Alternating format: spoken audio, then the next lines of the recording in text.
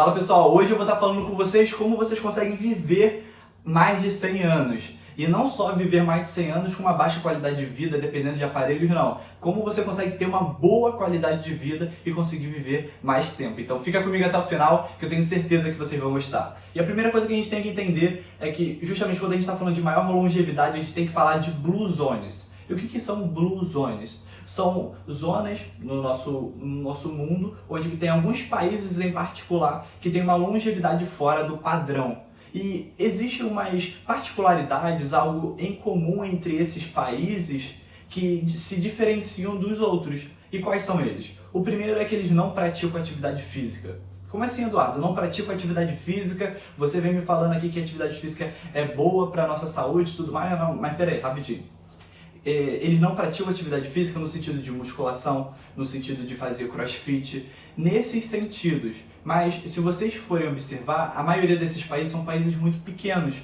Logo, muitas das vezes, o trabalho dessas pessoas é muito próximo. Por isso que, justamente nessas Blue Zones, acabam sendo caracterizadas que essas pessoas elas vão para o trabalho de bicicleta. Ao invés de pegar elevador, essas pessoas elas vão de escada.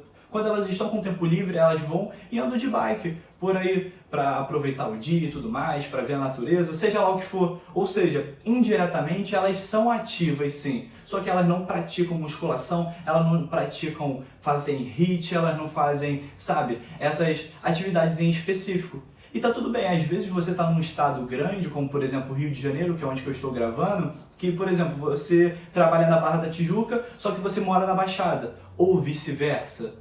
Então, justamente a locomoção é muito grande e ir de bicicleta acaba sendo inviável. Só que separe, nem que seja um pequeno tempo do seu dia, para você fazer uma atividade física, nem que seja por meia hora. Você correr, ou você ir, ou você andar de bicicleta, não sei. Arruma um jeito que seja mais confortável para você, mas que você sempre fique ativo. Porque essas pessoas em comum, elas estavam bastante ativas. O segundo fator é justamente que elas tinham menor fator de estresse. E estresse, pessoal, aumenta o nosso nível de cortisol e isso acaba não sendo interessante na nossa saúde quando ele é produzido de maneira crônica e em alta quantidade.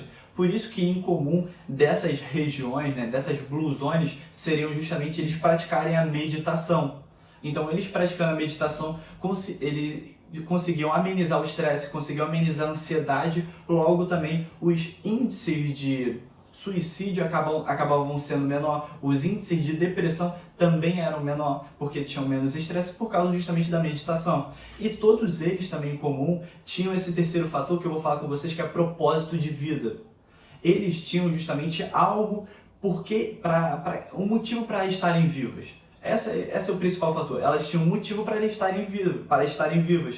Porque o que eu consigo observar com recorrência é que justamente, se a gente for ver um casal ditoso, e que justamente um acaba vivendo em prol do outro, por exemplo, um ama o outro e tudo mais, mas os dois estão aposentados e acabam vivendo juntos e apenas isso.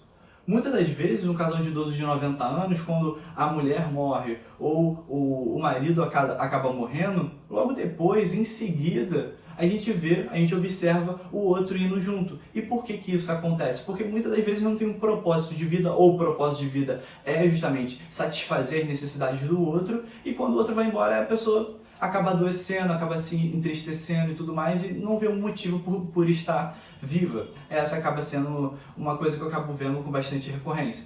Mas enfim, se vocês conseguirem observar a média desses países é justamente isso, que eles acabam tendo um porquê de estarem vivos. E o último fator é justamente a alimentação deles. A alimentação deles é quase nula de alimentos ultraprocessados, de alimentos de fast food, por exemplo, esses alimentos embutidos. E o que eles consumiram de alta quantidade eram frutas, legumes, óleos, que vão ser saudáveis para a gente, gorduras boas, como abacate, azeite, e grãos, sementes. E eu falei sobre esses alimentos no vídeo anterior, eu vou deixar no card aqui em cima para você conferir assim que terminar esse vídeo, beleza? Mas pessoal, olha só, se vocês tiverem alguma dúvida que tenha ficado, deixa aqui nos comentários que eu ficarei feliz em respondê-los. E até a próxima!